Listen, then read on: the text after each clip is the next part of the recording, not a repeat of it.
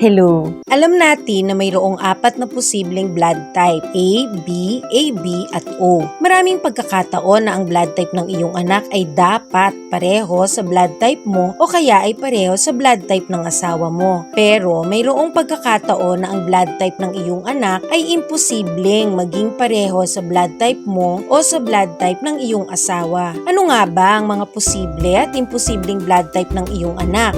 Yan ang tatalakayin natin sa video na ito.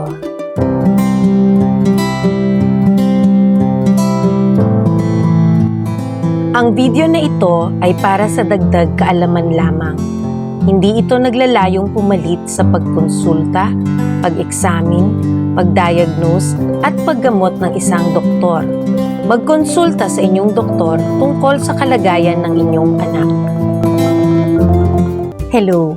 Welcome to Doctorapedia. Tatalakayin natin ang mga posible at imposibleng blood type ng iyong anak. Ang blood type ng bata ay dahil sa mga genes na namamana sa mga magulang. Ang blood type ng iyong anak ay malalaman sa pamamagitan ng pagtingin sa mga antigen sa ibabaw ng mga blood cells niya. Kung mayroong antigen A sa ibabaw ng cells ng iyong anak, siya ay blood type A. Kung may antigen B sa ibabaw ng cells niya, siya ay blood type B. Kung ang cells niya ay mayroong antigen A at antigen B, siya ay blood type AB. At kung wala siyang antigen A at wala siyang antigen B sa ibabaw ng cells niya, siya ay blood type O. Ang mga antigen sa ibabaw ng blood cells ng iyong anak ay dulot ng genes na namamana galing sa iyo at galing sa asawa mo. Mayroong 3 posibleng genes na nagdudulot ng antigen sa ibabaw ng mga cells. Gene A na nagdudulot ng antigen A,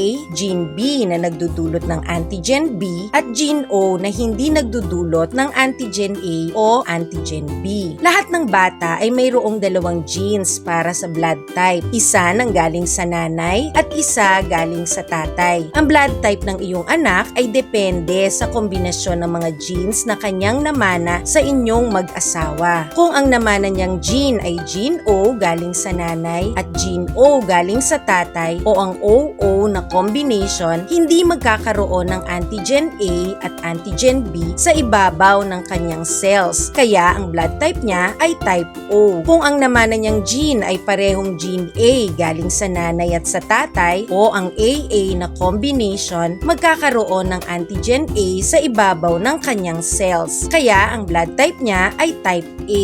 Kung ang namana naman niyang gene galing kay nanay at galing kay tatay ay parehong gene B o ang BB na combination, ang kanyang mga cells ay magkakaroon ng antigen B sa ibabaw. Kaya ang blood type niya ay type B. Paano kung magkaiba ng klase ng gene ang namana ng iyong anak? Kung ang namana niyang gene galing sa isang magulang ay gene A, tapos ang galing sa isa pang magulang ay gene B o ang AB na combination, ang ibabaw ng cells niya ay magkakaroon ng antigen A at antigen B. Kaya ang blood type niya ay magiging AB. Kung ang namana ng bata ay gene A galing sa isang magulang at gene O sa isa pang magulang o ang AO na combination, ang cells niya ay magkakaroon ng antigen A sa ibabaw. Kaya ang blood type niya ay type A.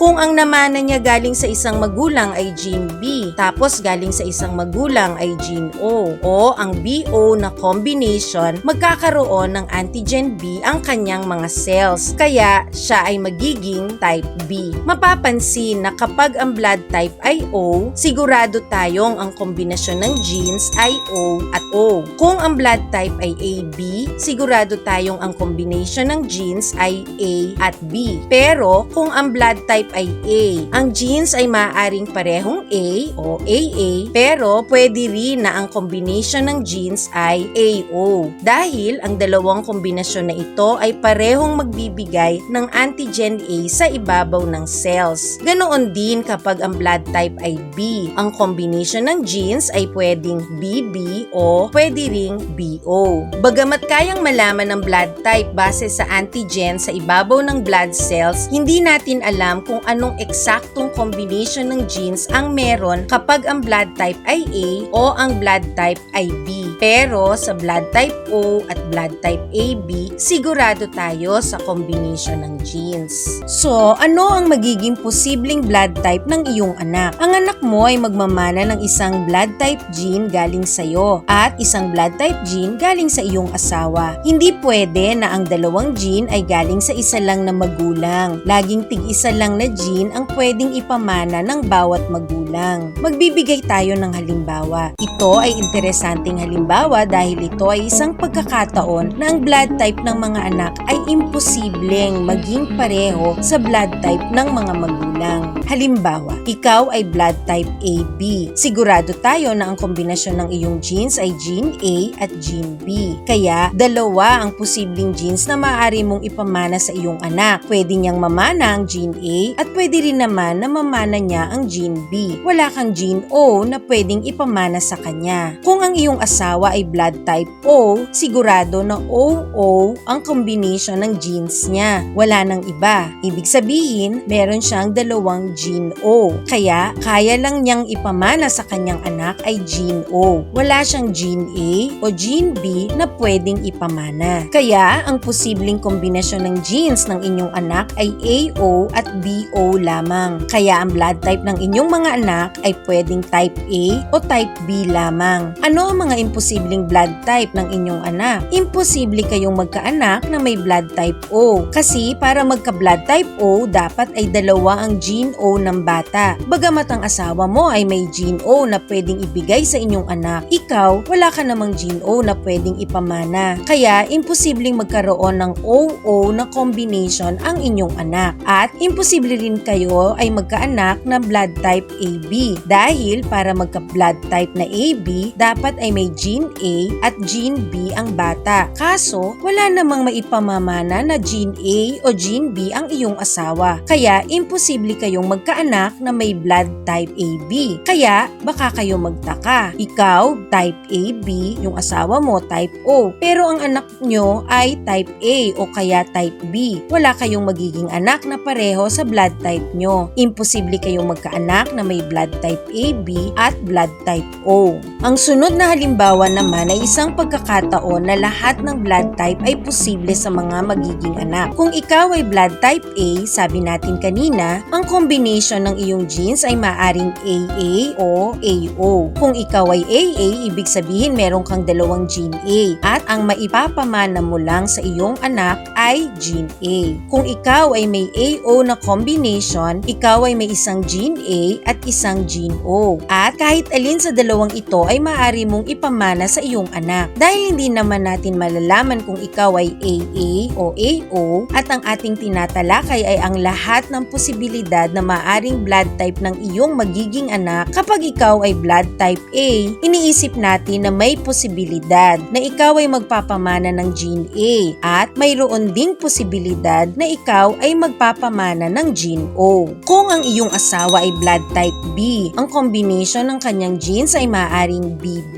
o BO. Kung siya ay BB, ibig sabihin meron siyang dalawang gene B at ang maipapamana niya lang sa kanyang anak ay gene B. Kung siya ay may BO na combination, siya ay may isang gene B at isang gene O. At kahit alin sa dalawang ito ay maaari niyang ipamana sa kanyang anak. Kaya kung ang iyong asawa ay type B, may posibilidad na ang ipapamana niya ay gene B at mayroon ding posibilidad na ang ipapamana niya ay gene O. Kaya narito ang mga posibleng combination ng genes ng inyong magiging anak. Kung gene A ang namana niya sa'yo tapos gene B ang namana sa asawa mo, ang iyong anak ay magkakaroon ng combination na AB at ang blood type niya ay magiging blood type AB. Kung gene A ang namana niya sa'yo tapos gene O ang galing sa asawa mo, ang iyong anak ay magkakaroon ng gene combination na AO na magiging blood type A.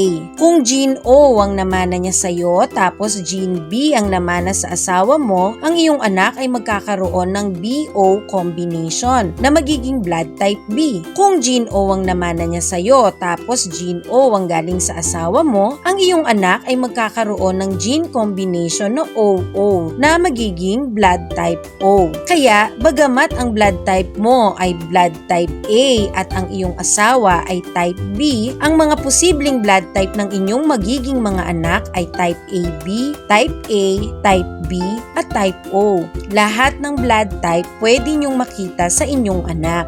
Ngayong alam na natin ang mga basihan kung paano malalaman ang posible at imposibleng blood type ng iyong magiging anak, tingnan natin ang ginawa kong table para malaman ang mga posible at imposibleng blood type ng mga anak ng iba't ibang blood type ng mag-asawa. Ang unang column ng table ay nagpapakita ng iyong blood type at sa taas naman makikita ang blood type ng iyong asawa. Paano gamitin ang table? Piliin sa unang column ang iyong blood type. Halimbawa, kung ikaw ay blood type A, tingnan mo ang violet na parte ng table. Tapos, piliin mo ang blood type ng iyong asawa sa taas. Sa intersection, makikita mo ang posibleng blood type ng inyong mga anak na nakasulat sa itim na kulay at ang mga imposibleng blood type ng inyong anak na nakasulat sa pulang kulay.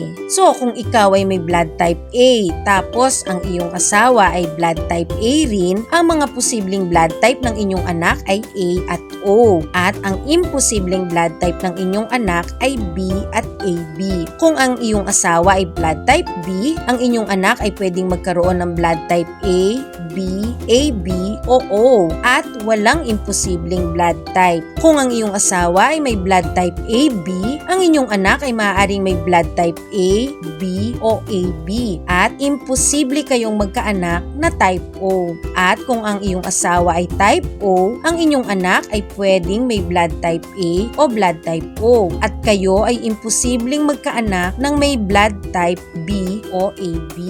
Kung ikaw naman ay may blood type B, tingnan mo ang yellow na row at tingnan mo ang mga posible at imposibleng blood type ng iyong mga anak kung ang blood type ng iyong asawa ay type A, type B, type AB, o type O. Kung ang blood type mo naman ay blood type AB, tingnan mo ang blue na row at maaari mong makita ang mga posible at mga imposibleng blood type ng iyong mga anak kung ang blood type ng iyong asawa ay type A, type B, type AB o type O. At kung ang blood type mo ay blood type O, tingnan mo ang orange na row kung saan maaari mong makita ang mga posible at imposibleng blood type ng iyong mga anak kung ang blood type ng iyong asawa ay type A, type B, type AB o type O. Mapapansin sa table na kung kayong mag-asawa ay parehong blood type O, lahat ng inyong anak ay magkakaroon ng blood type O at imposible kayong magkaanak ng ibang blood type. At mapapansin rin na kapag ang isa sa inyong mag-asawa ay may blood type A at ang isa naman ay may blood type B, lahat ng blood type ay posible sa inyong mga anak. Ang detalye kung bakit ito posible ay tinalakay natin kanina. Gusto ko ring banggitin na kapag ikaw ay blood type AB, imposible kang magkaanak ng blood type O, kahit ano pa man ang blood type ng iyong asawa. At kung ikaw naman ay blood type O, imposible kang magkaanak ng may blood type